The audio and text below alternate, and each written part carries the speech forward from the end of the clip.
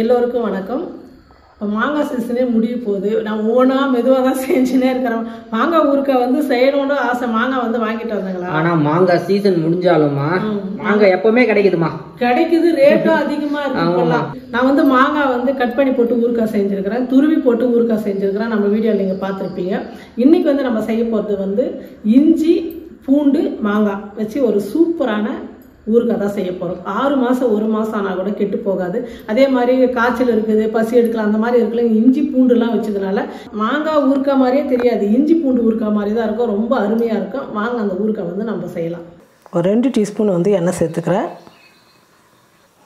உளுந்து 1 டீஸ்பூன், வெந்தயம் 1 டீஸ்பூன், சீரகம் 1 டீஸ்பூன். இதெல்லாம் வந்து நல்லா பொன்வரெல்லாம் வறுத்துக்கணும். கருவேப்பிலை ஒரு கைப்பிடி அளவு,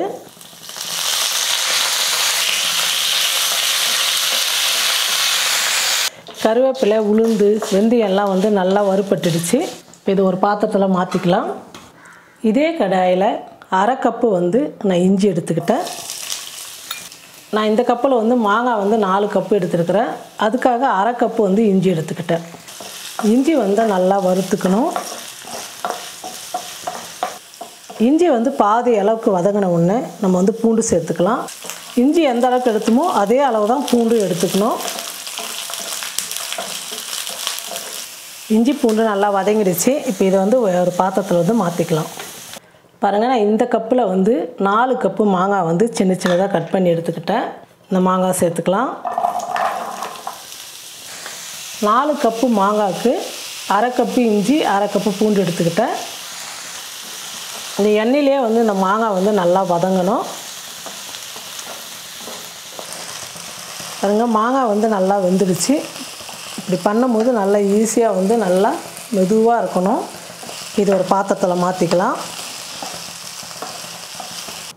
இப்போ நம்ம ஊறுகாய்க்கு தாளிச்சிக்கலாம். நான் வந்து மாங்காய் எடுத்த அதே கப்பில் 1 கப்பு வந்து எண்ணெய் எடுத்துக்கிட்டேன். 4 கப்பு மாங்காய்க்கு 1 கப்பு எண்ணெய் எடுத்துக்கிட்டேன். எண்ணெய் நல்லா காஞ்சிடுச்சு. இப்போ கடுகு சேர்த்துக்கலாம். உளுந்து 1 டீஸ்பூன், கடலைப்பருப்பு 1 டீஸ்பூன், ஒரு 5 பல்லு பூண்டு இடித்தது,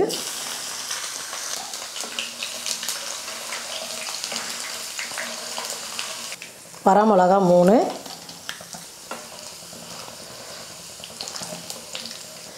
கருவேப்பிலை கொஞ்சம். எல்லாம் நல்லா வறுந்துடுச்சு. இப்போ ஸ்டவ் ஆஃப் பண்ணிடலாம். இந்த எண்ணெய் வந்து நல்லா சூடு ஆறட்டும். நம்ம மாங்காயெல்லாம் வந்து அரைச்சிக்கலாம். நம்ம வறுத்த வெந்தயம் கருவேப்பிலை இதை வந்து அரைச்சிக்கலாம். பாருங்கள், இந்த மாதிரி பொடியாக வந்து அரைச்சி எடுத்துக்கணும். இதே மிக்ஸி ஜாரில் நம்ம வதக்கின மாங்காய் வந்து சேர்த்து அரைச்சிக்கலாம்.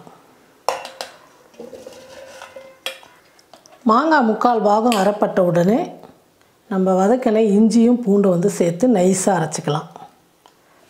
நைஸாக அரைச்சிக்கிட்ட மாங்காய் விழுது ஒரு பாத்திரத்தில் மாற்றிக்கலாம். மாங்காய் விழுதில் நான் மாங்காய் எடுத்த இந்த கப்பில் மாங்காய் வந்து 4 கப்பு, 1/2 கப்பு வந்து இஞ்சி, 1/2 கப்பு வந்து பூண்டு. இதே கப்பில் வந்து 1/2 கப்பு வந்து நான் வெல்லம் சேர்த்துக்கிறேன். நம்ம இஞ்சி சேர்த்ததுனால வெல்லம் வந்து கண்டிப்பாக சேர்க்கணும். 1/4 கப்பு வந்து உப்பு நீங்கள் பார்த்துட்டு கூட தேவையான அளவுக்கு சேர்த்துக்குங்க. மிளகாத்தூள் 1/4 கப்பு சேர்த்துக்கிறேன். உங்களுக்கு காரம் வந்து எந்த அளவுக்கு தேவையோ நீங்கள் அதிகமோ கம்மியோ வந்து சேர்த்துக்குங்க. இப்போ இது எல்லாம் நல்லா கலந்துட்டு மறுபடியும் நம்ம மிக்சியில் போட்டு நல்லா நைஸாக அரைச்சிக்கலாம். நம்ம அரைச்ச வெந்தயம் கருவேப்பிலை எல்லாமும் இதிலே சேர்த்து எல்லாம் ஒன்றா சேர்த்து அரைச்சிக்கலாம். பாருங்கள், நல்லா நைஸாக வந்து அரைச்சிக்கிட்டேன். இப்போ நம்ம சூடு பண்ணி வச்சுக்கிற எண்ணெயில் வந்து இந்த ஊறுகாய் வந்து போட்டுக்கலாம்.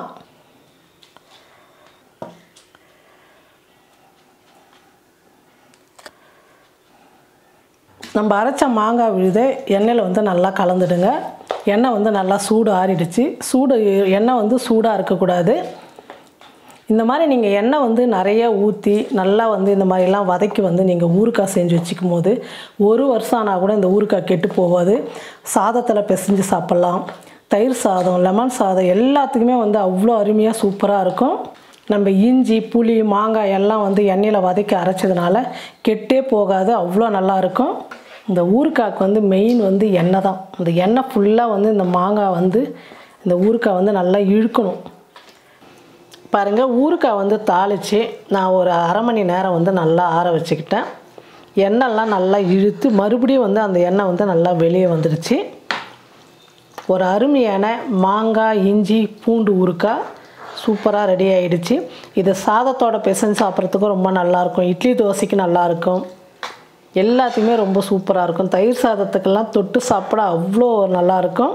இப்போ இது ஒரு கண்ணாடி பாட்டிலில் வந்து நம்ம போட்டு வச்சிட்டோமா 6 மாதம் 1 வருஷம் ஆனால் கூட கெட்டு போகாது. ஃப்ரிட்ஜில் வச்சிங்கன்னா நல்லா கலந்து கொடுத்துட்டு நம்ம ஒரு பாட்டிலில் வந்து ஸ்டோர் பண்ணிக்கலாம். இந்த மாதிரி ஒரு கண்ணாடி பாட்டிலை வந்து நல்லா சுத்தமாக கழுவி வெயிலில் நல்லா காய வச்சு எடுத்துக்கோங்க. ஈரம் இல்லாமல் இருக்கணும். பாருங்கள், இந்த மாதிரி ஒரு கண்ணாடி பாட்டிலில் நீங்கள் போட்டு ஸ்டோர் பண்ணி வச்சுக்கிட்டிங்கன்னா ரொம்ப சூப்பராக இருக்கும். ஈரம் இல்லாமல் பார்த்துக்கணும். அப்படி பார்த்துக்கிட்டா ஈரம் இல்லாமல் இருந்தால் ஊறுகாய் வந்து 1 வருஷம் ஆனால் கூட கெட்டு போகாது.